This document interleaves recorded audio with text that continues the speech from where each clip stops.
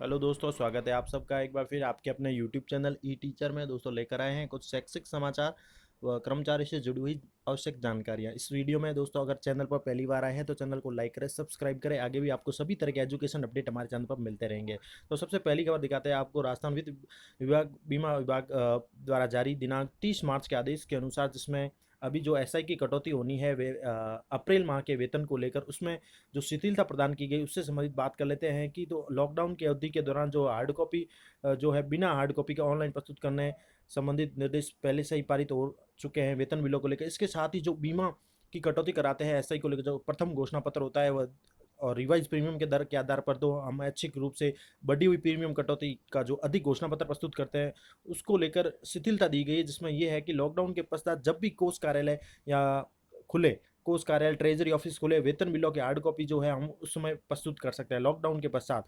तो इस समय जो प्रथम घोषणा पत्र है वह अधिक घोषणा पत्र जिसका भी है एसआई कटौती को लेकर, तो हम बाद में इसको जमा करा सकते हैं। एक तो ये खबर है कि अप्रैल माह के वेतन को लेकर जो एसआई कटौती हम करने जा रहे हैं अप्रैल माह के वेतन से होगी। तो ये 30 मार्च का एक आदेश जारी हुआ था पहले, जिसमें इसी की बात की चर्चा की गई थी कि लॉकडाउन जब भी समाप्त होगा उस समय हम वेतन बिलों की हार्ड कॉपी प्रस्तुत कर देंगे और उस समय प्रथम घोषणा पत्र व अधिक घोषणा पत्र जो होता है वो संलग्न कर सकते हैं हार्ड कॉपी के रूप में।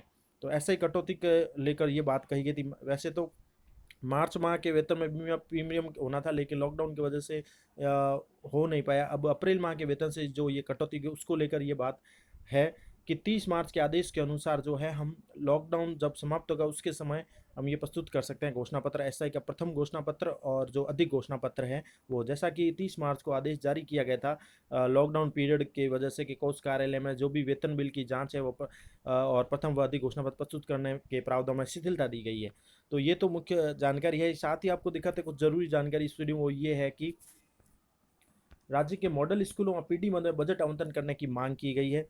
तो राजस्थान शिक्षक संघ द्वारा भी इस समय मांग उठाई गई है कि राज्य के लगभग 134 स्वामी विवेकानंद मॉडल स्कूल, इनमें एनसीईआरटी का पाठ्यक्रम चलता है और ये एफिलिएशन सीबीएसई से है, लेकिन इन विद्यालयों में अभी तक सभी कार्मिक शिक्षा विभाग से प्रतिनियुक्ति पर आते हैं। इन स्कूलों का बजट राजस्थान स्कूल शिक्षा परिषद और जयपुर से स्वीकृति के बाद शासन सचिवालय के ट्रेजरी को बीटी जारी की जाती है। माह फरवरी 2000 के बाद से इस मद में कोई राशि जारी नहीं हुई। इस तरह शिक्षकों के पीडी मद में जब से पीओ कार्यालय की स्थापना हुई तब से बजट आवंटन वेतन संबंधी समस्याएं चल रही है। प्रत्येक वित्तीय वर्ष को अब जो बजट है वो पीडी हेड में एक साथ किया जाए, ऐसी मांग है। पीडी हेड के वेतन की देरी का एक कारण 2 कार्यालयों की प्रक्रिया भी है, जिसके निवारण हेतु पीडी मद के जो वेतन आहरण वितरण का अधिकार है उसकी जिम्मेदारी किसी एक कार्यालय या तो पीओ या सीबीओ को दी जाए। समय पर वेतन नहीं मिलने के कारण जो है कई कार्मिकों को आर्थिक संकट का सामना करना पड़ता है। इस आपदा के साथ साथ आर्थिक संकट से कार्मिकों को दैनिक जरूरतों की पूर्ति में परेशानियां भी आ रही है। स्वामी विवेकानंद मॉडल स्कूल के कार्मिक व पीडी मद वेतन के लिए बजट राशि शीघ्र जारी करवाई जाए, ऐसी मांग की गई है शिक्षक संघ द्वारा।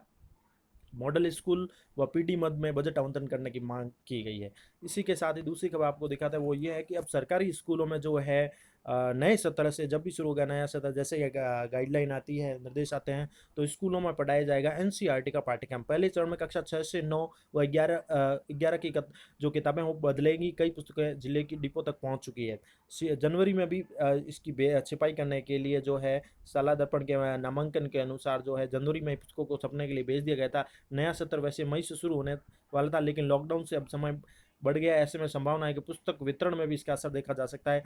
पहली से लेकर 8वीं और 9वीं से लेकर 12वीं तक के सभी स्टूडेंट को पुस्तक वितरित करने की योजना होती है। वैसे सीबीएसई की तर्ज पर अब माध्यमिक शिक्षा बोर्ड में भी एनसीईआरटी पाठ्यक्रम लागू होने जा रहा है। तो पहले चरण में नया शिक्षा सत्र से कक्षा 6 से 9 और 11 की पाठ्य पुस्तकें बदलने जा रही है।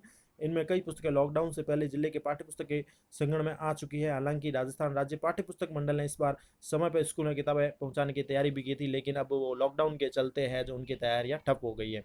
तो ये तो सरकारी स्कूलों में एनसीईआरटी के पाठ्यक्रम को लेकर है कि पहले चरण में कक्षा 6 से 9 और 11 की किताबें बदली जाएगी, एनसीईआरटी का कोर्स लागू किया जा रहा है। इसके साथ ही आपको दूसरी खबर दिखाते हैं दोस्तों, वो ये है कि राज्य कर्मचारी को अप्रैल का पूरा वेतन मिलेगा। जैसा कि राज्य के मुख्य सचिव द्वारा भी इस संबंध में निर्देश दे दिए गए हैं। तो सरकार ने मार्च की तरह जो है किसी भी प्रकार के वेतन को डेफर्ड करने का आदेश नहीं दिया है। राज्य कर्मचारियों को पूरा वेतन मिलेगा अप्रैल का, जैसा कि बिल वगैरह भी बनना शुरू हो चुके हैं। तो जल्द ही सभी कर्मचारियों को पूरा अप्रैल का वेतन मिल जाएगा। इसके साथ ही दिखाते खबर एक और बड़ी खबर, वो ये है कि महंगाई भत्ता के बाद सरकार ने एनपीएस पर रोक लगाई है। ये खबर है दिल्ली से। दिल्ली में केंद्र सरकार ने महंगाई भत्ता रोकने के बाद एक और बड़ी जो है कटौती की घोषणा की, वो है सरकारी कर्मचारियों को एक झटका दे दिया है कह सकते हैं। वित्त मंत्रालय ने बढ़े हुए एनपीएस के योगदान को रोकने का फैसला किया है। जिन मंत्रालयों ने ये राशि पेमेंट कर दी थी उनसे रोल बैक भी किया जाएगा। वैसे ये किन कर्मचारियों पर लागू है एनपीएस को लेकर, वो मैं बात बता देता हूँ इसमें, कि सरकार के इस फैसले से 2 लाख से ज़्यादा कर्मचारियों को झटका लगा है और ये आदेश केंद्र सरकार का है। और ये आदेश जो है हर कर्मचारी के ऊपर नहीं है, ये केवल लागू होता है ऑटोनोमस बॉडीज़ पर लागू होगा। जिसका मतलब ये कि जिसमें ऑटोनोमस बॉडीज़ में काम करने वाले, जिसको ऑटोनोमस हम कह सकते हैं, स्ववित्त पोषित, स्वशासित ऐसे कुछ विभाग होते हैं जिसमें जिसे ऑटोनोमस कहते हैं, उनमें काम करने वाले न्यू पेंशन स्कीम के तहत आने वाले कर्मचारियों पर लागू होगा, जिसके तहत एनपीएस का जो 4% बढ़ा हुआ योगदान है वो उनको नहीं मिलेगा। बढ़े हुए एनपीएस का फायदा 1 जनवरी 2019 के पहले नियुक्त कर्मचारियों को मिलना था, क्योंकि एनपीएस की जो राशि है कटौती की वो बढ़ाई गई थी 10 से 14%। पहले सरकार ने ऐसा आदेश जारी किया था। तो एनपीएस का फायदा जो 1 जनवरी 2019 के पहले नियुक्त कर्मचारी को मिलना था, लेकिन इसे लागू करने के लिए 31 जनवरी 2019 को नोटिफिकेशन भी जारी किया गया था। केंद्र सरकार के अंडर में फिलहाल ऐसे ऑटोनोमस जो बॉडीज है, पूरे देश में 433 से ज़्यादा ऑटोनोमस बॉडीज मौजूद है। सरकार के इस फैसले से ऐसे कर्मचारियों जो लगभग 2,09,000 से ज़्यादा ऑटोनोमस बॉडीज के कर्मचारियों पर असर पड़ेगा। सरकार ने पिछले साल बजट में ये एनपीएस की रकम बढ़ाने का ऐलान भी किया था, जिसमें एनपीएस की जो कटौती है वो 10 की जगह 14% करने की बात कही थी। लेकिन अब कोरोना के हालात को देखते हुए सरकार ने इस बढ़ोतरी पर रोक लगाने का फैसला किया है। तो इससे है वो ऑटोनॉमस कर्मचारी जो है बॉडीज में काम करने वाले कर्मचारी न्यू पेंशन के तहत उनको 4% बढ़ा हुआ योगदान नहीं मिलेगा। ये उनके लिए खबर है कि उनके लिए एनपीएस पर भी रोक लगाई गई है। तो ये थी कुछ महत्वपूर्ण जानकारियाँ इस वीडियो में दोस्तों, कर्मचारियों से रिलेटेड। आशा है आपको अच्छे से जानकारी समझ में आई होगी। तो वीडियो अच्छा लगे तो लाइक करें, शेयर करें, जानकारी को सब्सक्राइब करें। Thank you for watching our channel E teacher.